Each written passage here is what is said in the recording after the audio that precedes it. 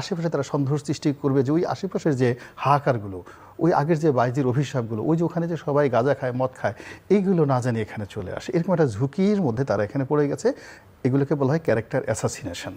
এই ক্যারেক্টার অ্যাসাসিনেশনের মধ্যে যদি তারা পড়ে যায়, আপনি চিন্তা করেন এর মধ্যে পড়ে পিনাকি বাংলাদেশে পালিয়ে যেতে বাধ্য হয়েছে এজ এ শাহবাগী।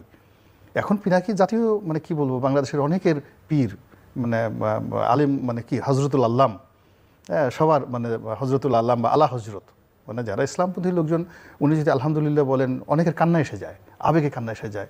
তো এরকম, তো ওনার মতো মানুষ, শিক্ষিত সজ্জন ব্যক্তি, এই শাহবাগী যে তকমা, এই শাহবাগী তকমা নিয়ে উনি বাংলাদেশে থাকতে পারেননি।